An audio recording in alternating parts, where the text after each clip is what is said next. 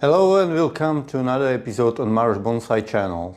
Today I'm going to work a little bit on this European Hornbeam. Recently removed it from winter storage, removed the leaves. Now I will go around the tree and shorten some branches, do some editing, just minor stuff, nothing major.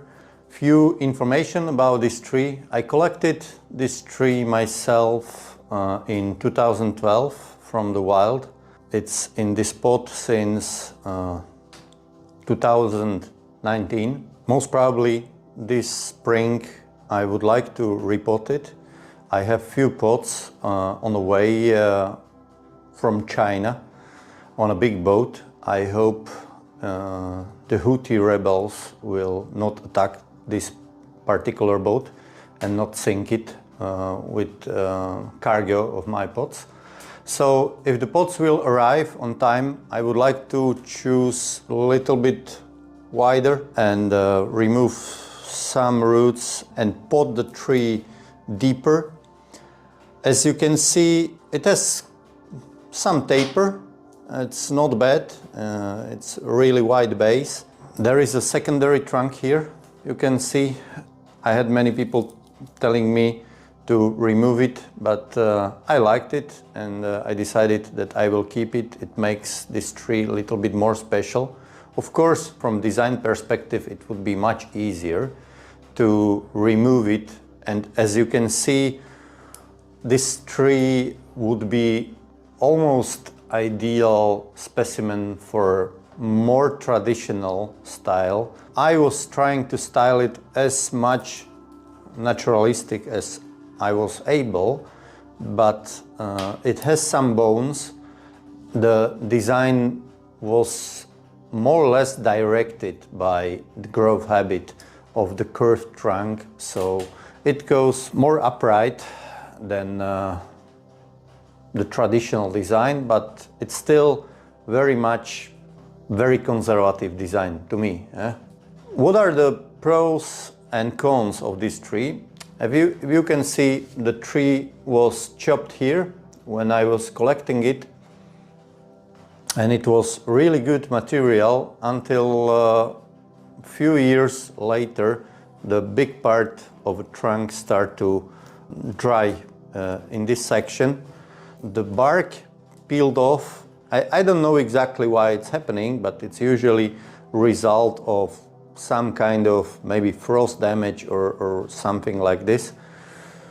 And now this part is dry, and you have either chance to enhance it and make the dead wood look natural or try to hide it somehow. What I'm thinking, I don't know if it will be possible on Hornbeam or not. I saw it in Andrea Merignoli's book on maples, when he is grafting the small specimens of a maple on big wound to help cover the wound with swelling of new growth.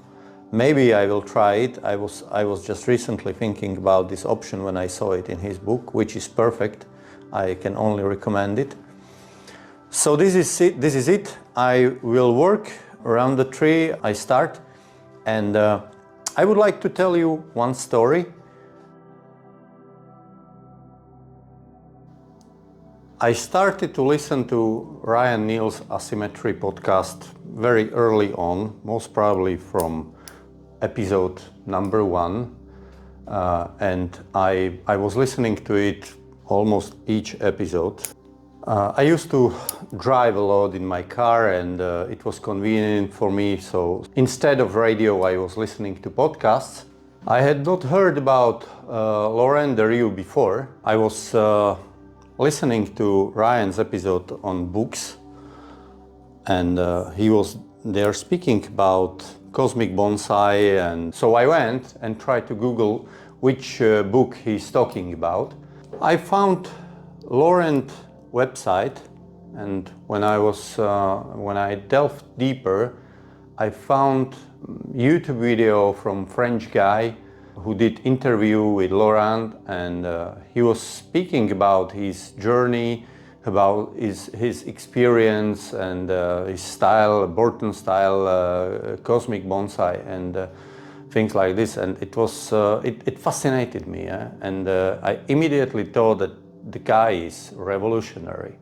As the time went on, I found out that Laurent is in the United States. He recorded the podcast with Ryan, so I was really curious what it will be like, and immediately when it was available I tuned in. It was even more crazy than the French video, because when he was talking there about losing his customers because of his style and not able to work for his customers anymore, and losing job and living in a van, writing the book in the van, it was fascinating, and how the guy was rejected. Story of his rejection reminded me the old saying that history repeats itself. I was thinking about different era and different time. Young painter named Oscar from Le Havre wanted to succeed in the world of painting of 19th century. In early age, about 17, 18 years, he traveled to Paris to study there, to learn more. He was already a very good painter. He knew how to paint. He was very skilled and very talented. But at that time, if you want to achieve something and be in the epicenter, the Paris was the place to go. Really, this was the mecca of a painting of that era in the world. In Paris, for painters, the life was not easy because painting was everything in culture. There was a lot of people who wanted to succeed at that field. For a young painter of that era, you had to apply to be accepted into the School of Beautiful Arts in Paris. When you learned from old master, there was usually some old painters who were teaching painting, and you immediately start to attend the lectures in the studios of old masters. When you were skilled enough, you usually applied for permission to work in Louvre Gallery, where the exhibition of the best painting masterpieces of that era. Students of various masters from that school went to the Louvre if they were accepted, and they get permission, and they had their easel at the front of paintings of old master, Rembrandt or Delacroix or somebody else, and they copied the pictures of old master. And they learned like this. Usually they stood there for hours, and alleys there were full of easels of different students working there and learning to copy, painting by painting. At that time, the painting, the style was very similar, but the important was subject. The very important was subject of the painting. Usually considered to be a really good painting, you have to paint something, some historical event or something from mythology. So this was accepted by academics as a good painting, depending on the subject. This young painter from Le Havre, he wanted to paint something different, and usually he wanted to paint ordinary life of ordinary people. You have to understand that it was a time of early industrial revolution. Everywhere the environment was changing. There was a urbanization going on, new houses, new buildings, new wide roads in Paris, the factories with the chimneys and railways and railway bridges were changing the landscape of the country. So this young painter wanted to paint mostly landscapes because he liked it. The thing was that the biggest success for a painter of that era was to exhibit his paintings and pictures in an annual exhibition in Paris, which was called Salon at that time. And it was really important. A lot of painters wanted to exhibit their pictures there. So there was a jury which was deciding which paintings could be accepted, which not. And usually the Minister of Arts was involved, and there was a lot of politics in it. And so you need to somehow stick to the convention to be accepted there. Yeah? So in case you had a painter who had a few paintings accepted to Salon, he can, there was a lot of articles from art critics in newspapers which can promote this particular painting, this particular painter, and usually this kind of success leads to the sales of arts of the paintings to state institutions, to ministries, and then the painter had a chance to have his paintings hung in one of the government buildings in Paris. Also, it was related to financial success. So, as it's quite normal till this day, these young artists weren't really wealthy. Being an artist wasn't easy job, and it was very tough financially to sustain themselves. So it was natural they wanted to succeed on such exhibition so they can have some money to live their lives, to feed their families. So this young artist had a problem because with his subject, which he was choosing, he had problems with the jury and with the art critics who consider the subject of his paintings to be of low importance. It wasn't historical, it wasn't mythology. They didn't like the chimneys and boats and ordinary people moving in the streets and ordinary life. So being unsuccessful and not being on the major exhibition Salon meant they were struggling really financially, and it wasn't easy to sustain their life. At that time, the artists were finishing their work in studio when the natural light was going down, because there was not sufficient artificial light. There was only gas light, and it wasn't convenient to use it. So after they finished their work in the atelier, usually they went to some social gathering. The Oscar was attending the meetings with his friends in Café Gerbois. He was meeting them there in 1869 and later. They were sitting there in the evenings and discussing. They were discussing work, life, and stuff like this, like normal people. Also financial problems. Some of them were really desperate. Some of them were from better families which supported them, and some of them were struggling. How much they were struggling? For example, Oscar, the year before, was so desperate that he jumped into the Seine, wanted to drown himself. Fortunately, he was too good swimmer.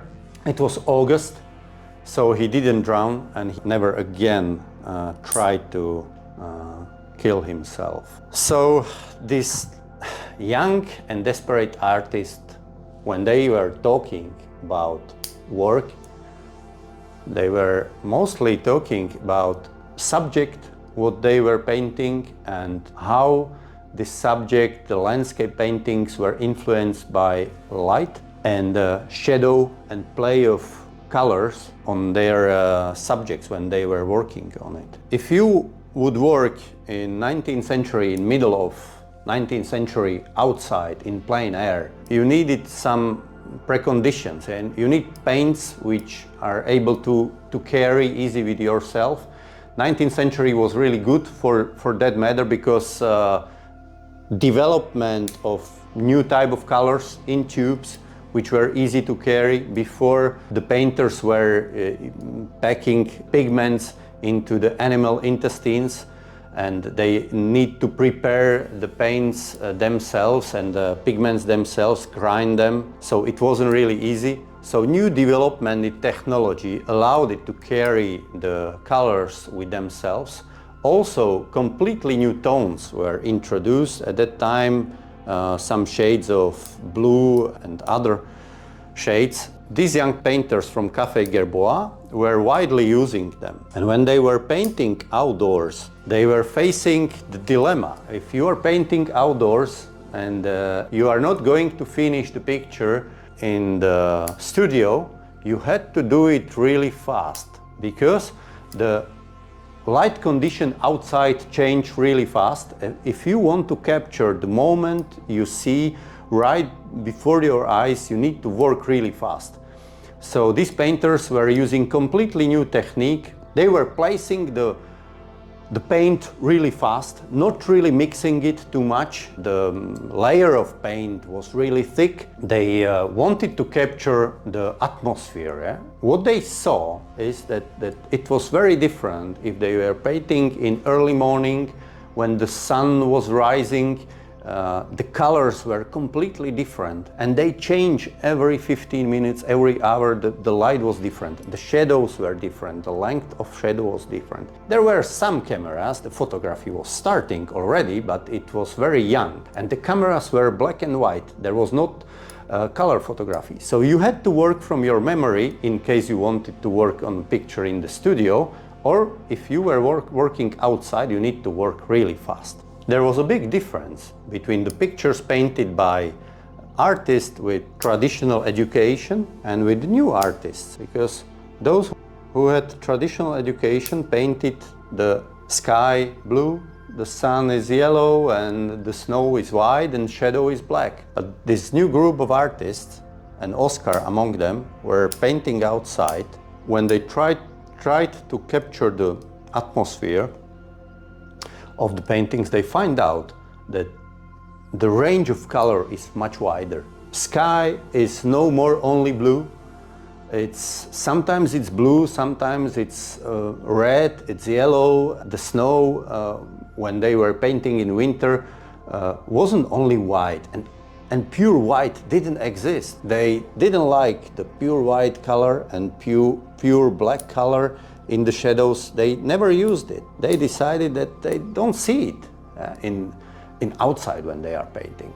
Their pictures were very different. They were not really painting the objects which was there. They were painting the atmosphere and with placing the colors very, very fast on the pictures. There was a volume of one tone of color, volume of different tone of color, and so on and so on. When they exhibited later this kind of pictures, the academics said it's not good, it's not finished. You know, the pictures are lacking the details, the color are not right, the sky is not the proper color, it's not blue. The sun is not yellow, and the snow, your snow on the picture has I don't know, pink and green and blue tones. Doesn't match. They were arguing about it. It wasn't easy, and it took some time. And that was one of the main topics they were discussing in Café Gerbois when they were there, the group of friends, and they was talking about this, and they wanted to convince the world that what they see are correct colors, and they captured the moment, and it's okay. Yeah, they stood there on a bank of Seine or somewhere next to the forest, and they painted it, and they felt that it's correct. Unfortunately, these painters were very usually rejected from the exhibition, from the saloon. So they struggled financially, they couldn't exhibit their pictures. They very much struggled to find their customers for their pictures. It wasn't really easy life for them. During the discussion in Café Gerbois, they decided that they will try to do their own Salon of Rejected Artists, Salon des Refusés, Salon of Refused Artists. It wasn't really big success from early beginning, but they keep exhibiting the pictures. They had a lot of critique. towards them from the newspaper, and people laughed at them. Yeah? They said, it's not good, the details are not there, the colors of the pictures are not correct, and there was a lot of ridicule from academics, from newspaper critics, so it wasn't easy for them. After one of their exhibitions, there was a scathing article which directed the critique to one of the paintings and called them sarcastically Impressionists. And they laughed at them, and they keep calling this group of people sarcastically Impressionists. For establishment, for academics, it was something negative. The term stuck with them. And what happened is that this term is defining this group of painters until today. And we have to say that it took them another 20 plus years to succeed financially. Some of them died in poverty. Some of them didn't make it to see the success of their art movement. But some of them lived long enough to see their pictures sell quite well. It allowed them to have some satisfaction. One of the big supporters of those artists was Paul Durand-Ruel, and it was collector of the art. He was buying hundreds of pictures from this group of artists over a span of 20 years. And he had a huge collection, so huge. He invested so much of his own money into these paintings that he almost bankrupt. Then in 1891, he arranged the deal and he loaded 300 of those pictures on a big boat and shipped it to the New World and organized exhibition in New York. And the exhibition was a huge success, and also financially. A lot of people with enormous wealth from new industry which was developing in the United States at that time was looking where to park their new wealth. They bought a lot of those paintings, and this was beginning of their success. So you see, it took them 20 years. The story is coming the full circle. The full name of Oscar from Café Gerbois is Oscar-Claude Monet. His friends who were sitting there and arguing about colors in Café Gerbois were his Manet, Edgar Degas, Sisley, Renoir, Paul Cézanne, and many others. These painters endured enormous suffering for the progress of art. As many visitors now stand in the best galleries in the world and stare at their pictures, you can find them everywhere, from Chicago, New York, Paris, London. If you had opportunity to see them, spare a thought for those painters who suffered so much and who endured this kind of suffering for many, many years to be accepted as an artist. And their movement, which they started, triggered the development of another new styles in painting, more abstract, which came later in 20th century, and we can see it now. So now we have winter time, and if you will go out for a walk with your dog or with your friends, try to look carefully if you will see in the shadows on the snow tones of blue, pink, purple or green, like Claude Monet saw. So that's the story. Thank you very much for watching, and see you next time.